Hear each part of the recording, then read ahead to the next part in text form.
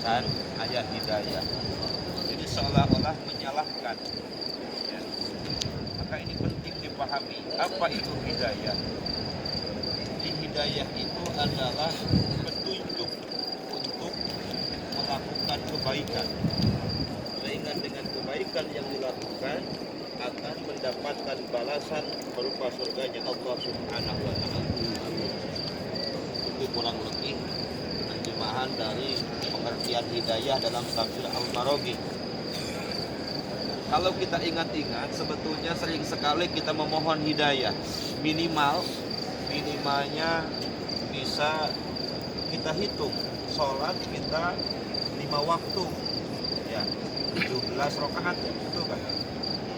Sementara dalam sholat itu kita disyaratkan membaca Fatihah. Dalam Fatihah itu ada ungkapan ihdinas siratal mustaqim. Kita memohon hidayah, memohon petunjuk kepada Allah Subhanahu wa taala. Tunjukkanlah jalan yang lurus. Nah, untuk mengetahui hidayah sebetulnya ada beberapa macam hidayah, Bapak Ibu. Pertama, ada yang disebut dengan hidayah wijdan. Hidayah wijdan ini adalah berupa insting. Jangankan manusia, hewan saja punya insting. Ya, kita punya insting. Seorang bayi misalkan ketika lapar, dia menangis kan.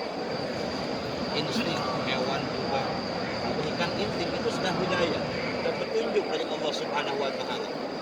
Insting, naluri, satu itu. Atau ketika kita melihat anjing diberikan kebaikan oleh yang punya anjing, dia pagi dikasih makan, yang sore dikasih makan, maka anjing ini biasanya baik kepada orang yang ngasih makanan. Tapi kadang-kadang anjing bisa galak, bisa menggigit, bisa menggonggong, bahkan mengejar seseorang yang berbuat jahat, ya, atau tidak dikenal minimal di tengah malam.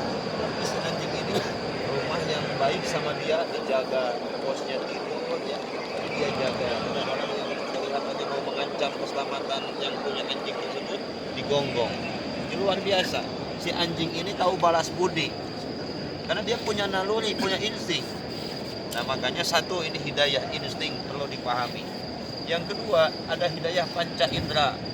Kita punya penglihatan, kita punya pendengaran, kita punya banyak hal, kaki dan lain sebagainya. Ini juga menjadi hidayah. Dengan mata kita bisa melihat sebetulnya mana yang baik buat kita, mana yang buruk buat kita. Ini pun hidayah panca indera. Ada hidayah akal. Dengan akal kita bisa membedakan mana yang baik, mana yang buruk, mana yang hak, mana yang batil. Ya, apalah takilun kata Allah. Apakah kalian tidak punya akal? Apalah tatafakkarun? Apakah tidak berpikir? Mencek bahasa orang Sunda mah, apakah tengotak ulang temen. Makanya akal ini menjadi petunjuk, menjadi hidayah.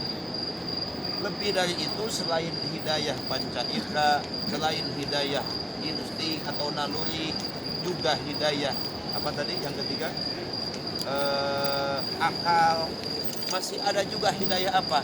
Hidayah tudin, hidayah agama. Agama kita mengarahkan kepada kita, ya, termasuk Al-Quran. Dzalikal kitabul la raiba fihi. Tidak ada keraguan. Quran itu petunjuk, Quran itu hidayah. Hudal lil muttaqin, bagi orang-orang yang bertakwa. Jadi banyak sebetulnya hidayah. Makanya kurang tepat ketika orang mengatakan kenapa belum sholat dan menang hidayah. Kenapa tidak membaca Al-Quran dan mendapat hidayah. Kenapa enggak menutup aurat karena belum dapat hidayah. Padahal hidayah itu begitu banyak. Termasuk diutusnya Nabi Muhammad. Itu adalah petunjuk, itu adalah hidayah.